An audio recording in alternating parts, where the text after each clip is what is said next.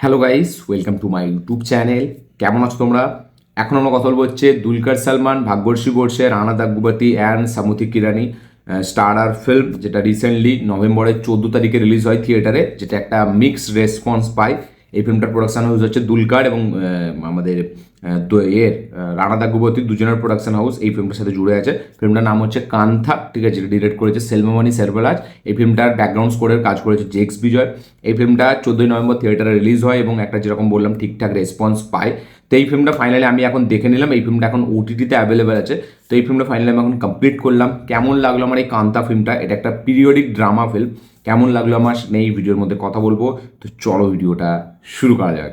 তো কেমন হলো কান্তা? এক লাইনে যদি আমি এই ফিল্মটাকে রিভিউ করি, আমার জন্য এই ফিল্মটা ডেফিনেটলি বেশ একটা ঠিকঠাক একটা ভালো ফিল্ম আমার মনে হয়েছে।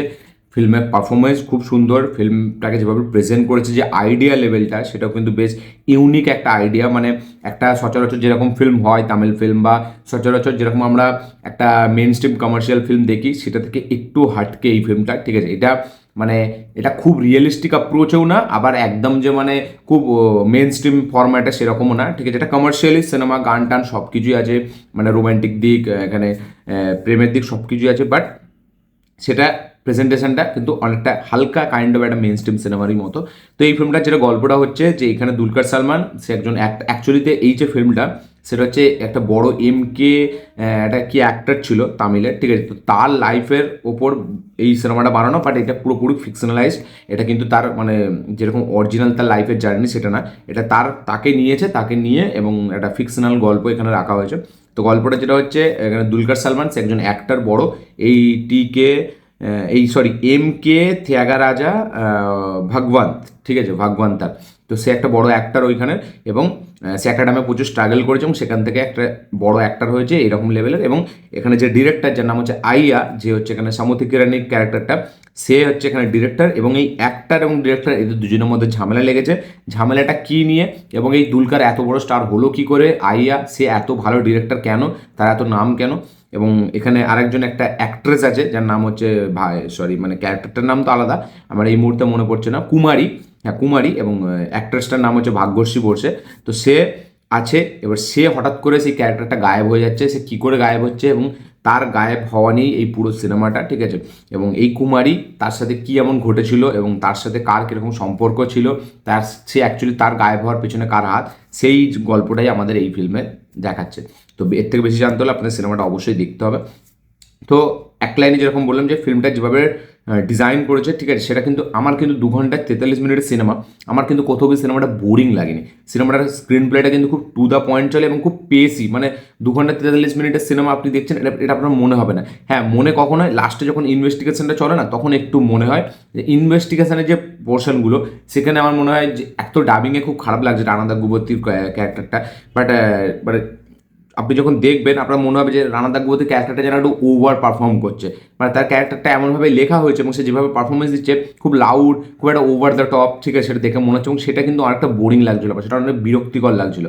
মানে এখানে ডাবিংটা একে খুব খারাপ, যার কারণে আরও বিরক্ত লাগছে, এবং তার ক্যারেক্টারটা এত কথা বলছে এবং খুব মানে একটা লাউড পারফরমেন্স মনে হচ্ছে। তো যেটা আমার একটু নেগেটিভ মনে হয়েছে।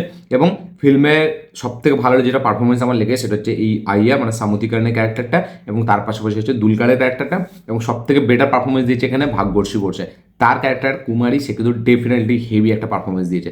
এবং তার মধ্যে যে ইনোসেন্স, ঠিক আছে, তার মধ্যে যে অ্যাক্টিংয়ের যে স্কিল, সেটাকে সে যেভাবে দুটোকে মিক্স করেছে, যেভাবে দুটোকে পর্দায় নিয়ে এসছে, সেটা কিন্তু সত্যি হেভি। মানে আপনি যখন ফিল্মটা দেখবেন না, সে একজন অ্যাক্ট্রেস, তার মানে যে ক্যাপাবিলিটিটা, সেটা কিন্তু আপনারা এই ফিল্মের দিক থেকেই এই ফিল্মটা দেখলেই উঠে আসবে।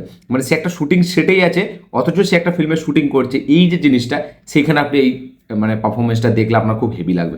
সে যেভাবে এখানে রোলটা প্লে করছে, তার যে ইনোসেন্টে একটা ব্যাপার, ঠিক আছে, সেই মেয়েরা খুবই ইনোসেন্ট, তার যে ইনোসেন্সনেস সেটা কিন্তু খুব সুন্দর, এবং তাকে দেখতে খুব মিষ্টি লাগে। এবং একটা টাইমের পর সে যখন এই ক্যারেক্টারটা যখন গায়েব হয়ে যাচ্ছে, ঠিক আছে, তার পেছনে কি মোটিভ এবং কারা এর পেছনে জুড়ে আছে, সেইটা যখন আমরা সামনে আসছে, সেটা কিন্তু একটা টুইস্ট হিসাবে হেভি কাজ করছে। তবে একটা টাইমের পর আমি প্রেডিক্ট করে ফেলেছিলাম যে অ্যাকচুয়ালিতে এই জিনিসটা কে ঘটিয়েছে, কারণ এরকম টাইপের ফিল্ম আমি এর আগেও দেখেছি, আইডিয়াটা হয়তো বাকি আর 6টা 7টা সিনেমার মতো নয়, অনেকটা আলাদা। বাট একটা টাইম অবধি যেহেতু এত থ্রিলার কাজ দেখে নিয়েছি, এত সিনেমা দেখে নিয়েছি, তো সেটা প্রেডিক্ট করা খুব সহজই ছিল এবং সেটাই হয়। বাট তা সত্ত্বেও মানে রাইটিংটা খুব স্ট্রং, যেভাবে পুরো সিনেমাটাকে গোলায়, ঠিক আছে, মানে এই যখন ইনভেস্টিগেশনটা হয় তখন আমরা দেখতে পাই যে এও মারতে পারে, এও মারতে পারে, এও মারতে পারে। তো হু ডান ইট, এই যে ব্যাপারটা সেটা কিন্তু দারুণভাবে ফিল্মের সাথে জুড়ে রাখে, মানে আপনি একদম বলে দিতে পারবেন না যে এই করেছে। বাট একটা টাইম অবধি আমি তো পুরো শিওর ছিলাম যে এই করেছে, বাট আবার যেহেতু মানে যেরকম বললাম রাইটিংটা খুব স্মার্টলি রাইটিং করা, ঠিক আছে, তো তারপরে কিছুটা টাইমের পর আবার আমি ভাবছিলাম যে না হয়তো এ করেছে, বাট আমার বেশি যার উপর সন্দেহ ছিল সেই বেরিয়েছে। বাট আমি যেহেতু পুরোপুরি গ্যারান্টি ছিলাম না, তো সেটাই আমার এই রাইটিংটা খুব স্ট্রং মনে করায় যে না ঠিক আছে, এইরকমই একটা ব্যাপার দরকার যে অডিয়েন্স যেন না বুঝতে পারে যে এই করেছে, মানে তারা বুঝতে পারলেও তারা যেন আমার সঙ্গে সঙ্গে শিফট হয়ে যায়। তো এটা সেই ফিল্মটা করতে পারে, রাইটিংটা খুব স্মার্টলি রাইটিং করা। এবং ফিল্মটা যেরকম বললাম একটা periodic type of set design করে এই ফিল্মটাকে ডিজাইন করা, ঠিক আছে, এবং একটা 90s গল্প আমরা দেখতে পাচ্ছি, 90s 80s গল্প।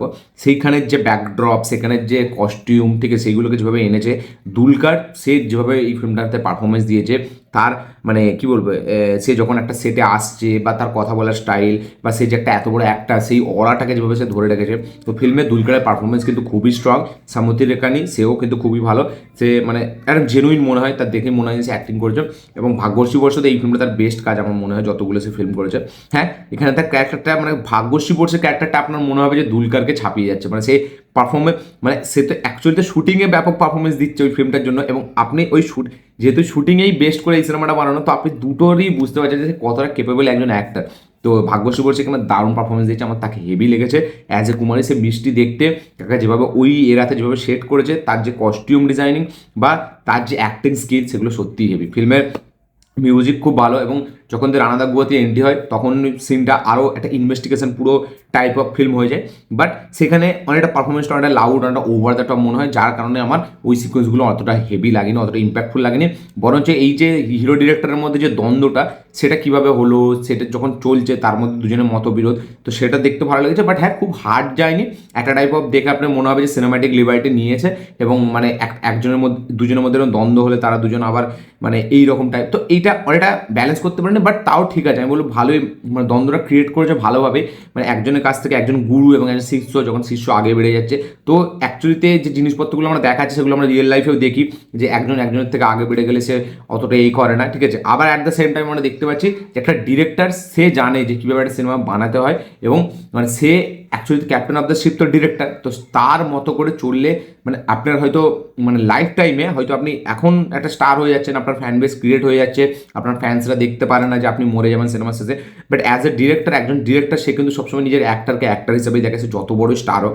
তো সে কীভাবে চায় তার স্টারটা একটা ফিল্মে অ্যাক্টিং করুক, বা তার যখন ফিল্ম শ্যুট করছে কীভাবে করুক, তো এই সব যে জিনিসগুলো, এইগুলো কিন্তু আপনার খুব ভালো করে এই ফিল্মটা দেখার পর মনে এসে যাবে, মানে আপনি বুঝতে পেরে যাবেন যে ইন্ডাস্ট্রি কিন্তু অতটা সহজ নয় যতটা বাইরে থেকে আমরা দিকে ভাবি। তার ভেতরের স্টোরি কিন্তু অতটা হেভি, মানে খুবই একদম সরল নয়। মানে স্টার এবং ডিরেক্টরের মধ্যে ঝামেলা হয়, একটা ডিরেক্টরদের মধ্যে ঝামেলা হয়, এবং ঝামেলাটা কী কারণে সেটা আপনি এই ফিল্মটা দেখলে বুঝতে পেরে যাবেন। তো ফিল্মটার যে প্রেজেন্টেশন সেটা আমার হেভি লেগেছে, সেটা বেশ ভালো। স্ক্রিন প্লেটা খুব স্ট্রং, অত বড় একটা ফিল্ম হওয়া সত্ত্বেও আপনাকে এঙ্গেজ করে রাখে।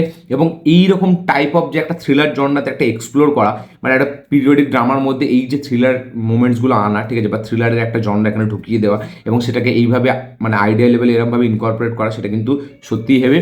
এবং প্রথম দিয়ে যখন ফিল্মটা দেখবেন না, আপনি জাস্ট ভাবতেই পারবেন যে ফিল্মটার অ্যাকচুয়ালিতে স্টোরিটা কী হতে চলেছে।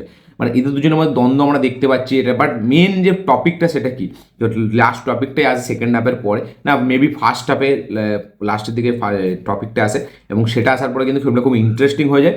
বাট যেরকম বললাম যে এই যে থ্রিলার জনরাতে যে কাজটা করেছে, সেটা আমার মনে হয় আরও ডিপ যেত, আরও একটু স্ট্রং যেত, আরও টুইস্ট অ্যান্ড টার্নসগুলো একটু মানে তার আগে একটু হালকা মানে কী বলবো একটু বিল্ড আপ করলে, বা একটু ভালোভাবে মানে জিনিসটাকে তৈরি করলে আমার মনে হয় আরও বেটার হতো। মানে এখানে আমরা বুঝতে পারছি দুটো ক্যারেক্টার হয়, মানে দেখাচ্ছে যে কেউ না কেউ করতে পারে, মানে আপনি অ্যাজ এ অডিয়েন্স আপনি ভাববেন যে এদের মধ্যে কেউ করেছে, এই করেছে, কারণ সেইভাবে ক্যারেক্টারগুলোকে তৈরি করেছে, সেইভাবেই তাদের সাথে রিলেশনটা দেখিয়েছে। বাট যেরকম মনে হয় মানে কী বলবো আরও একটু ডিপ মনে হতো ফিল্মটা, মানে আর একটা স্ট্রং একটা দিলে আমার তো বেশ ভালোই লেগেছে, আমার যদি কোথাও খারাপ লাগেনি। বাট আমার মনে হয় যে থ্রিলার পোর্শনটা আরও একটু যেত, মানে আরও একটু ইনভেস্টিগেশন হতো, আর একটু হতো, তাহলে আমার মনে হয় আরও বেটার হতো, যে আরও কিছু সাইড আমাদেরকে দেখাতো। বাট আমার তো ফিল্মটা ভালোই লেগেছে, ঠিক আছে। আপনাদের কীরকম লেগেছে আপনারা অবশ্যই কমেন্টে লিখে জানাবেন। হ্যাঁ, বলবো না যে ফিল্মটা মানে আউট অফ দ্য বক্স একটা ফিল্ম, বাট ফিল্মটা হেভি এই কারণে লাগে মানে এই তিনটে অ্যাক্টর অ্যাক্ট্রেসদের পারফরমেন্স এবং সেখানে যেভাবে থ্রিলার পোর্শনটাকে যেভাবে এনেছে গল্পের মধ্যে আইডিয়া লেভেলে খুব স্মার্ট এবং গল্পটা এবং খুব স্মার্টলি রাইটিংও করা, স্ক্রিন প্লেটা খুব এঙ্গেজ, ব্যাকগ্রাউন্ড স্কোর খুব ভালো, ঠিক আছে। বাট এই যে বললাম যে ড্রামার পোর্শনগুলো আরও একটু বেটার কাজ হতো। আমার তো ভালোই লেগেছে ফিল্মটা। আমি মানে অ্যাকচুয়ালিতে কনফিউজ, আমি এই ফিল্মটাকে খারাপ বলবো না ভালো বলবো, কারণ ফিল্মটা ডেফিনেটলি আমি যখন দেখেছি ফিল্মটা কিন্তু আমার বেশ ভালোই লেগেছে। আবার মানে যদি আমি একটু ভালো করে ভেবে দেখি তো ফিল্মটা ডিসেন্ট ফিল্ম, ঠিকঠাক ফিল্ম, মানে খুব একটা আহামরি ফিল্ম না, মানে আইডিয়া লেভেলে হয়তো ভালো বা প্রেজেন্টেশনে হালকা ভালো, বাট আইডিয়া লেভেলে খুব আহামরি না। বাট ফিল্মটা কিন্তু যথেষ্ট আমাকে এঙ্গেজ করে রেখেছিল, আমি কিন্তু ফিল্মটার সাথে জুড়ে ছিলাম, কানেক্ট ছিলাম, মানে এরকম একটা 80s সেটা ফিক্স হয়েও, ঠিক আছে, মানে এখন ফুল অ্যান্ড পিরিয়ডিক একটা ড্রামা ফিল্ম, একটা টু হার্ড করে আমরা ড্রামা ফিল্ম দেখছি, সেইখানে কিন্তু গল্পটা যেভাবে এঙ্গেজ করে রেখেছে আজকের টাইমে সেটা কিন্তু বেশ হেভি, সেটা কিন্তু বেশ এঙ্গেজ করে রাখে। তো আমার তো বেশ ভালোই লেগেছে ফিল্মটা। আপনাদের কী লেগেছে, কীরকম কী বক্তব্য অবশ্যই কমেন্টে লিখে জানাবেন। যারা এই ফিল্মটাকে দেখেছেন, যারা দেখেননি অবশ্যই লিখে জানাবেন আপনাদের কী বক্তব্য। তো মানে খুব কমই এরকম ফিল্ম হয় যাকে আপনি খারাপও বলতে পারবেন না, আপনি ভালোও বলতে পারবেন না, মানে আপনার মনে কোথাও না কোথাও গিয়ে মনে হচ্ছে না ফিল্মটা তো ভালোই লাগলো আমাকে তো কোথাও বোরিং লাগেনি। বাট আবার যদি আপনি সব দিক থেকে দেখেন যে ফিল্মটা তো খুব আমাকে মানে একটা হেভি কিছু যে এক্সপিরিয়েন্সও করালো, যে মনে থাকবে বিশাল। বাট কান্থা মনে থাকবে, এটা আমি জানি কান্থা মনে থাকবে বিকজ অফ এর প্লটের জন্য, মানে যেভাবে গল্পটা শিফট হয় সেটার জন্য আপনার মনে থাকবে। তো আপনারা দেখুন, দেখে অবশ্যই কমেন্ট করুন আপনাদের কী রিয়াকশন, কী বক্তব্য, কী মতামত। এবং ডেফিনেটলি ফিল্মটা কিন্তু ওয়াচ একবার অবশ্যই দেখা দরকার, কারণ ফিল্মটা সব দিক থেকে কিন্তু ভালোই বেশ ফিল্মটা। তো দেখে কমেন্ট করবেন আপনাদের কী বক্তব্য। এই ছিল আমার রিভিউ, এই ছিল আমার ভিডিওটা ভালো হয়ে থাকলে লাইক শেয়ার কমেন্ট করে দেবেন, চ্যানেল নতুন হলে চ্যানেলকে সাবস্ক্রাইব করবেন, বেল আইকন প্রেস করতে ভুলবেন না। দেখা হচ্ছে পরের ভিডিওতে, ততক্ষণের জন্য বাই।